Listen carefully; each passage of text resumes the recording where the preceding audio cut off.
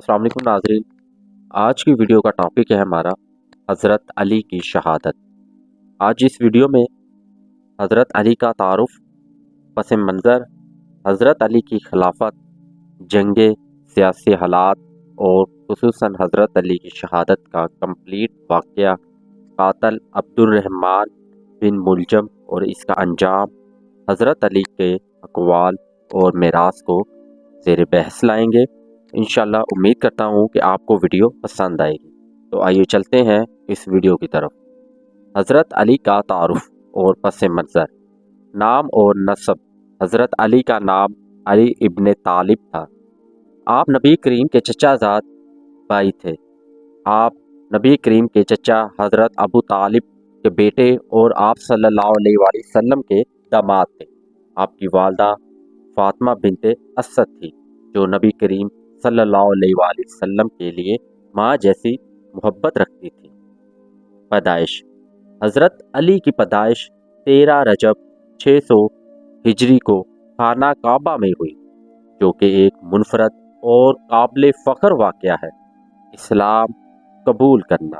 آپ علیہ السلام سب سے پہلے اسلام قبول کرنے والے نوجوان تھے۔ نبی کریم صلی اللہ علیہ وآلہ وسلم نے جب اعلان نبوت کیا تو حضرت علی نے کم عمری میں ہی اسلام قبول کر لیا۔ نبی کریم صلی اللہ علیہ وآلہ وسلم سے قربت۔ حضرت علی نبی کریم صلی اللہ علیہ وآلہ وسلم کے نہ صرف چچا زاد بھائی تھے، بلکہ آپ نے اپنی سب سے پیاری بیٹی حضرت فاطمہ الزہرا کا نکاح بھی حضرت علی سے کر دیا، جس سے آپ کو داماد رسول ہونے کا شرف ملا۔ خصوصیات اور القابات۔ حضرت علی کو بہت سے القابات دیے گئے، جن میں مشہور یہ ہیں: مرتضیٰ، اللہ کا پسندیدہ، حیدر کرار، بہادر اور شیر جیسا، اسد اللہ، اللہ کا شیر، باب العلم، علم کا دروازہ، شجاعت اور بہادری۔ حضرت علی کی بہادری بے مثال تھی۔ جنگ بدر، احد، خندق اور خیبر سمیت کئی معرکوں میں آپ علیہ السلام نے شجاعت کے جوہر دکھائے۔ خاص طور پر جنگ خیبر میں آپ نے مشہور یہودی قلعے خیبر کا دروازہ اکھاڑ کر فتح حاصل کی۔ حضرت علی کی خلافت۔ حضرت علی کو چوتھے خلیفہ راشدین کا مقام حاصل ہے۔ آپ کی خلافت کا دور 25 ہجری سے 40 ہجری، 656 ہجری سے 661 ہجری تک تقریباً 5 سال پر محیط تھا۔ یہ اسلامی تاریخ کا ایک نہایت اہم لیکن آزمائشوں سے بھرا دور تھا، کیونکہ اس دور میں کئی داخلی فتنے اور خانہ جنگیں ہوئی۔ خلافت کا آغاز 35 ہجری میں ہوا۔ حضرت عثمان غنی کی شہادت کے بعد مدینہ میں حالات کشیدہ تھے۔ مسلمانوں کا ایک بڑا گروہ حضرت علی کو خلیفہ بنانے پر زور دینے لگا۔ ابتدا میں آپ نے انکار کیا، مگر صحابہ کرام اور عوام کے اصرار پر 24 ذی الحج 35 ہجری کو خلافت قبول کی۔ اصلاحات۔ بیت المال کی تقسیم میں انصاف، گورنروں کی تبدیلی، کیونکہ کچھ احکام کے خلاف بدعنوانی کی شکایات تھی، مساوی عدل اور حکومتی امور میں سختی۔ یہ اصلاحات بعض گروہوں کو ناپسند تھی، جس سے سیاسی کشیدگی پیدا ہوئی۔ حضرت علی کی خلافت میں جنگیں اور سیاسی حالات۔ حضرت علی کی خلافت 35 سے 40 ہجری کا دور اسلامی تاریخ کا ایک پیچیدہ اور نازک وقت تھا۔ اس دور میں کئی داخلی تنازعات، جنگیں اور سیاسی مسائل آمنے سامنے آئے، جن میں سب سے بڑی آزمائش مسلمانوں میں اختلاف اور خانہ جنگی تھی۔ جنگ جمل 36 ہجری میں یہ جنگ حضرت علی اور حضرت عائشہ، حضرت طلحہ اور حضرت زبیر کے درمیان ہوئی۔ پس منظر: حضرت عثمان کی شہادت کے بعد حضرت علی خلیفہ بنے، لیکن حضرت طلحہ، حضرت زبیر اور حضرت عائشہ نے مطالبہ کیا کہ پہلے حضرت عثمان کے قاتلوں کو سزا دی جائے۔ حضرت علی نے فرمایا کہ پہلے حکومت مستحق ہونے دی جائے، پھر انصاف ہوگا، اور صلح کے لیے دونوں فریق بصرہ میں پہنچے اور صلح کے لیے بات چیت چل ہی رہی تھی، لیکن دشمن عناصر نے جنگ چھیڑ دی۔ نتیجہ جنگ میں حضرت طلحہ اور حضرت زبیر شہید ہو گئے۔ حضرت علی نے حضرت عائشہ کو عزت کے ساتھ مدینہ واپس بھیج دیا۔ جنگ کے بعد بھی اختلافات برقرار رہے۔ جنگ صفین 27 ہجری کو یہ جنگ حضرت علی اور حضرت امیر معاویہ کے درمیان ہوئی، جو شام کے گورنر تھے اور حضرت عثمان کے قصاص کا مطالبہ کر رہے تھے۔ پس منظر حضرت معاویہ نے حضرت علی کی بیعت نہیں کی اور مطالبہ کیا کہ پہلے حضرت عثمان کے قاتلوں کو سزا دی جائے۔ حضرت علی نے یہ فرمایا کہ پہلے امت کو متحد ہونے دو، پھر انصاف ہوگا۔ دونوں لشکر دریائے فرات کے قریب صفین میں آمنے سامنے آ گئے۔ کئی ماہ جھڑپیں چلتی رہیں، پھر فیصلہ کل جنگ ہوئی، جس میں حضرت علی کی فوج کو برتری حاصل ہونے لگی۔ ثالثی کا واقعہ: حضرت معاویہ کی فوج نے قرآن اٹھا کر ثالثی کی اپیل کی۔ حضرت علی نے مجبور ہو کر ثالثی قبول کی۔ ثالثی میں عمر بن سیام حضرت امیر معاویہ کے نمائندے اور ابو موسیٰ اشعری حضرت علی کے نمائندے کو مقرر کیا گیا۔ ثالثی میں حضرت علی کے ساتھ دھوکہ ہوا اور حضرت معاویہ نے شام میں اپنی علیحدہ حکومت قائم کر لی۔ نتائج: امت میں مزید اختلافات پیدا ہوئے۔ کچھ لوگ حضرت علی سے بھی ناراض ہو گئے، جنہیں خوارج کہا جاتا ہے۔ جنگ نہروان 38 ہجری کو یہ جنگ حضرت علی اور خوارج کے درمیان ہوئی۔ پس منظر وہ لوگ جو تحکیم کے فیصلے سے ناراض تھے، حضرت علی کے خلاف ہو گئے۔ خوارج نے حضرت علی اور دیگر صحابہ پر کفر کے فتوے لگائے۔ انہوں نے عراق میں قتل و غارت شروع کر دی۔ حضرت علی پہلے انہیں سمجھایا، لیکن جب وہ نہ مانے تو جنگ چھڑ گئی۔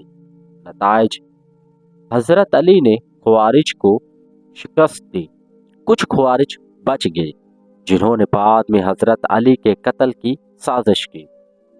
سیاسی حالات اور اختلافات کے مسائل: حضرت علی کو حکومت سنبھالتے ہی فتنے اور خانہ جنگوں کا سامنا کرنا پڑا۔ حضرت عثمان کے قاتلوں کو سزا دینے کا معاملہ متنازع بنا رہا۔ کچھ صحابہ نے حضرت علی کی بیعت کی، جبکہ کچھ نے مشروط حمایت کی۔ گورنروں کی تبدیلی: حضرت علی نے حضرت عثمان کے دور کے کئی گورنروں کو معزول کیا، جن میں حضرت معاویہ بھی شامل تھے۔ اس فیصلے سے بعض علاقوں میں مخالفت بڑھ گئی۔ شام میں علیحدہ حکومت: ثالثی کے بعد حضرت معاویہ نے شام میں اپنی حکومت قائم کر لی۔ امت میں دو علیحدہ سیاسی قوتیں بن گئیں۔ حضرت علی کی شہادت کی سازش اور اس کا کمپلیٹ واقعہ: حضرت علی کی شہادت اسلامی تاریخ کا ایک المناک واقعہ ہے، جو کہ ایک خوارجیوں کی سازش کا نتیجہ تھا۔ یہ واقعہ 19 رمضان 40 ہجری کو پیش آیا، جب حضرت علی کو مسجد کوفہ میں فجر کی نماز کے دوران قاتلانہ حملے کا نشانہ بنایا گیا۔ شہادت کی سازش: خوارج کون تھے؟ جنگ صفین کے بعد حضرت علی اور حضرت معاویہ کے درمیان ثالثی کا فیصلہ ہوا۔ کچھ لوگ اس فیصلے سے ناراض ہوئے اور حضرت علی کو بھی تنقید کا نشانہ بنایا۔ یہ گروہ خوارج کہلایا، جنہوں نے نہ صرف حضرت علی بلکہ حضرت معاویہ اور حضرت عمر بن العاص کو بھی کافر قرار دے دیا۔ خوارج کا نظریہ تھا کہ اللہ کے سوا کسی کی حکومت نہیں، اور وہ کسی بھی اسلامی حکمران کو تسلیم نہیں کرتے تھے۔ قتل کی سازش: خوارج کے 3 افراد عبد الرحمن بن ملجم، برق بن عبداللہ اور عمرو بن بکر نے منصوبہ بنایا کہ وہ 3 بڑے رہنماؤں کو قتل کریں گے، حضرت علی کو کوفے میں، حضرت معاویہ کو دمشق میں، حضرت عمرو بن العاص کو مصر میں۔ ان کا خیال تھا کہ اگر یہ تینوں رہنما قتل ہو جائیں تو امت میں خلافت کا مسئلہ ختم ہو جائے گا۔ حضرت علی پر حملہ اور شہادت۔ حملے کا دن 19 رمضان المبارک 40 ہجری۔ حضرت علی مسجد کوفہ میں فجر کی نماز کے لیے تشریف لائے۔ جیسے ہی آپ نے سجدہ کیا، عبد الرحمن بن ملجم نے زہر آلود تلوار سے آپ کے سر پر وار کیا۔ حضرت علی شدید زخمی ہو گئے اور زمین پر گر گئے۔ آپ کے الفاظ تھے، رب کعبہ کی قسم میں کامیاب ہو گیا۔ زخموں کی شدت اور وصیت۔ حضرت علی کو گھر لے جایا گیا اور آپ شدید تکلیف میں تھے۔ آپ نے اپنے بیٹوں حضرت حسین اور حضرت حسن کو نصیحت کی، عدل اور انصاف سے کام لینا، ظلم کے خلاف اور مظلوم کے ساتھ کھڑے رہنا، قاتل کو غیر ضروری اذیت نہ دینا بلکہ شرعی اصولوں کے مطابق قصاص لینا۔ 21 رمضان المبارک حضرت علی کی شہادت۔ 21 رمضان المبارک کو زہر کے اثر سے حضرت علی وفات پا گئے۔ انا للہ و انا الیہ راجعون۔ آپ کو نجف موجودہ عراق میں دفن کیا گیا، جو آج بھی زیارت گاہ ہے۔ عبد الرحمن بن ملجم کا انجام۔ حضرت علی کی وصیت کے مطابق ابن ملجم کو قید کیا گیا۔